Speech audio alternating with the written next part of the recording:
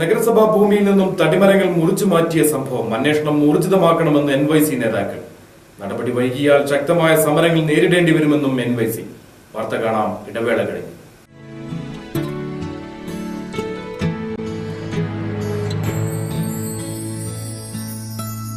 Seema silks, Chanthappadi, Ponnani. മാലിന്യ സംസ്കരണ പ്ലാന്റിനായി പൊന്നാനി നഗരസഭ നെയ്തല്ലൂരിൽ കണ്ടെത്തിയ ഭൂമിയിൽ നിന്നാണ് നിരവധി തടിമരങ്ങൾ മുറിച്ചു കടത്തിയിട്ടുള്ളത്. സംഭവം നടന്ന് മാസങ്ങൾ പിന്നിട്ടെങ്കിലും മോഷ്ടാക്കളെ കണ്ടെത്താനോ തിരിച്ചറിയാനോ പോലീസിന് സാധിച്ചിട്ടില്ല. അന്വേഷണങ്ങൾ ഏറെക്കുറെ നിലച്ച മട്ടിലാണ്.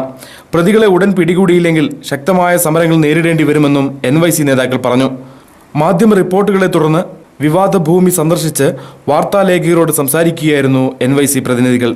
ഇവിടുത്തെ മരങ്ങൾ മുനിസിപ്പാലിറ്റിയുടെ ഒത്താശയോടെ കൂടിയാണ് ഇവിടുന്നുള്ള മരങ്ങൾ കടത്തിക്കൊണ്ട് പോയിട്ടുള്ളത്. മോഷണത്തിന് പിന്നിൽ ഉന്നതരുടെ കരങ്ങളുണ്ട്. 10,000 വില വരുന്ന 1/2 ഡസനോളം പടുമരങ്ങളാണ് നെയ്തല്ലൂർ ഭൂമിയിൽ നിന്നും കടത്തിയിട്ടുള്ളതെന്നും നേതാക്കൾ ആരോപിച്ചു.